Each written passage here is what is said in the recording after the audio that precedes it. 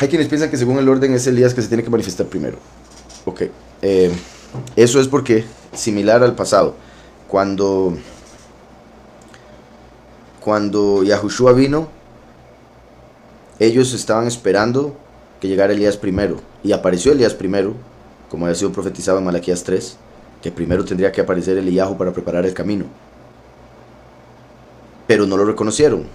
Cuando aparece Yahushua, se transfigura ante ellos y aparece Eliyahu a su lado, le dicen, pero Yahushua, ¿no era que Eliyahu tenía que aparecer antes que usted? ¿Cómo es que acabamos de ver a Eliyahu y con usted llevamos tiempo de estar?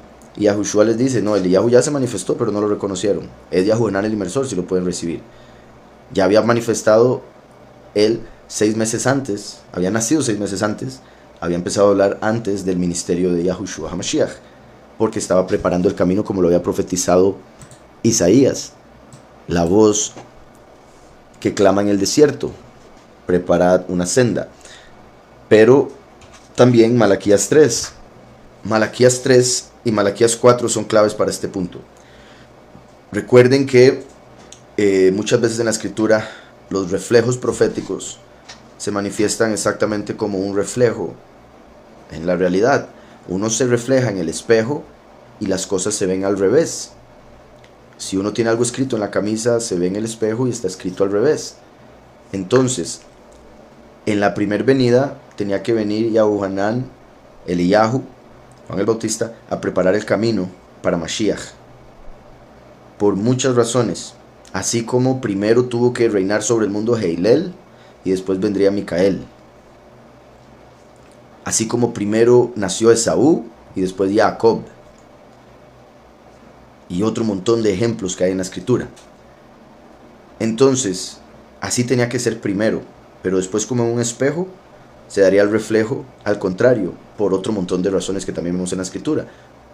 Uno de esos ejemplos es el hecho de que cuando Yahweh llama a Moshe antes que a Aarón. Moshe ya había sido llamado al ministerio. Cuando va de camino a hacer lo que Yahweh lo mandó, se encuentra con Aarón y se unen a empezar el ministerio. Los dos testigos son representados por Moshe y Aarón.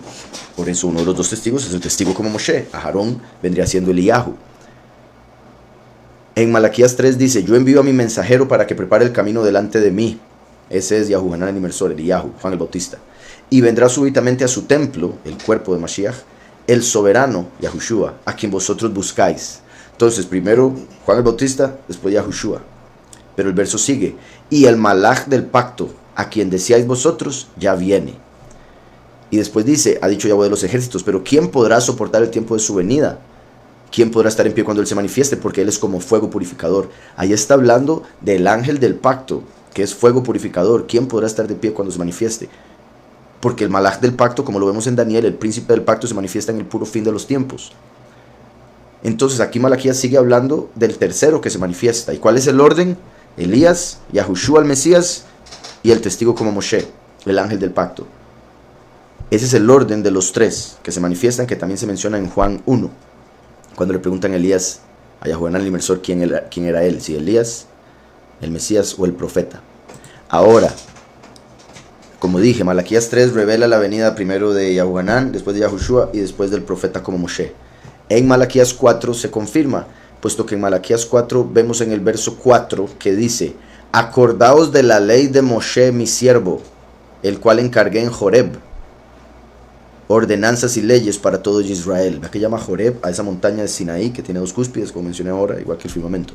Acordaos de la ley, y algo que se me olvidó decir ahora con respecto al firmamento. Recuerden que el firmamento es el trono de Yahweh y la tierra al estrado de sus pies. El sol hace círculos en el norte, círculos en el sur, como rodeando cada pie del Todopoderoso que está sentado sobre el firmamento, en el sentido metafórico, claro está. Acordaos de la ley de Moshe mi siervo, el cual encargué en Joreb, ordenanzas y leyes para todo Israel. Menciona a Moshe primero y dice al pueblo, acuérdense de Moshe. El verso que sigue, de segundo, yo os envío al profeta Eliyahu. Después de mencionar a Moshe, ahora menciona a Eliyahu. Antes que venga el día de Yahweh, que como vimos ahora en el 6º sello decían, ha llegado el gran día. Entonces, antes que llegue el día de Yahweh, antes que se manifieste el milenio, el Shabbat, tiene que haberse manifestado Eliyahu. Pero es mencionado después de haber mencionado a Moshe. Entonces, así como vino Yahuanán y Yahushua, después vendría el testigo como Moshe y llegaría a acompañarlo Eliyahu. Porque a diferencia de la primera vez, Eliyahu, Juan el Bautista, vino para representar el tiempo de la letra, a cerrar el tiempo de la carne. Por eso Yahushua dijo, de los nacidos de mujer no ha nacido ninguno mayor a Juan el Bautista, pero si lo podéis recibir, el más pequeño, bueno, ella le agrega el poder recibir, el más pequeño en el reino de Yahweh será más grande que Juan el Bautista. Entonces Juan el Bautista vino a cerrar el tiempo de la carne, y Yahushua, al ser el postrer Adán, viene a iniciar el tiempo del Espíritu. Entonces, al iniciar el tiempo del Espíritu, ahora se tiene que manifestar el último, con Eliyahu, para que ahora Eliyahu acepte al Mesías y pueda ser parte del reino, al venir nuevamente, puesto que, repito, Juan el Bautista vino a cerrar el tiempo de la carne. Ahora que estamos en el tiempo del Espíritu, tiene que venir a cerrar el tiempo del Espíritu. Aceptar a Yahushua para hacerse más elevado de lo que ya era como Juan el Bautista, porque fue el más grande de los nacidos de mujer, pero los del reino, el más pequeño, sería más grande que él. Entonces, por eso es que ahora Eliyahu tiene que venir y sujetarse al testigo como Moshe, aceptar la doctrina de Mashiach para no solo enseñarla, sino también para que reciba vida eterna, como Yahweh lo quiere, por supuesto. Entonces, hay otras razones más de por qué todo indica, o bueno, hay muchas cosas en la escritura que indican que sería Moshe y después se le uniría a Eliyahu, puesto que Eliyahu es el profeta de Moshe. Recuerden que en Éxodo hay dos partes donde Yahweh le dice a Moshe, tú serás Elohim y Aarón será tu profeta. Entonces Moshe representa al Todopoderoso en la tierra. Testigo como Moshe, la manifestación de Yahweh como el último en la tierra. Eliyahu es su profeta, es su sacerdote. Recuerden que Yahushua es el sumo sacerdote según el orden de Melquisedec. Está en los cielos a la derecha del Padre. El Padre y Yahushua a la derecha. En la tierra estará el último, que es el rey, y Eliyahu a la derecha. Así como Yahushua es el hijo de Yahweh, Eliyahu el hijo espiritual del testigo como Moshe.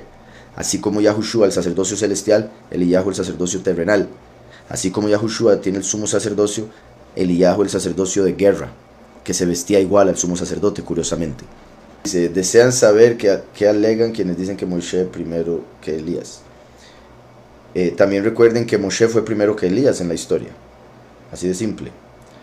Moshe fue en Egipto, Elías en el tiempo de los reyes. El tiempo del libro de reyes. Bueno, sí, había ya reyes acá, por ejemplo. Entonces, en historia se presentó primero Moshe. Moshe representa la Torá, Eliyahu los profetas. Entonces, en libros también está primero. Cuando Yahushua se transfiguró, Moshe se puso a la derecha, Eliyahu a la izquierda. La derecha está primero. Entonces hay muchos factores. Dice después, también piensan que el primero, Yahushua, no se dejó hacer rey porque es el último quien debía hacerlo. Sí, eso lo he explicado yo por acá. Y por tanto alegan que el último no puede ser profeta. Como les digo, eso no tiene ningún sentido. ¿Por qué dicen eso? ¿Dónde sacan que es exclusivo, que un rey no puede ser profeta? No tiene ningún sentido. Como dije, el rey David es profeta. Una de las profecías más claras de Mashiach es Salmo 22, entre otro montón de cosas que dicen los salmos. David es profeta y es rey, y el último es representado por David mismo, tanto así que en el judaísmo interpretan que es la reencarnación. Entonces es profeta y es rey.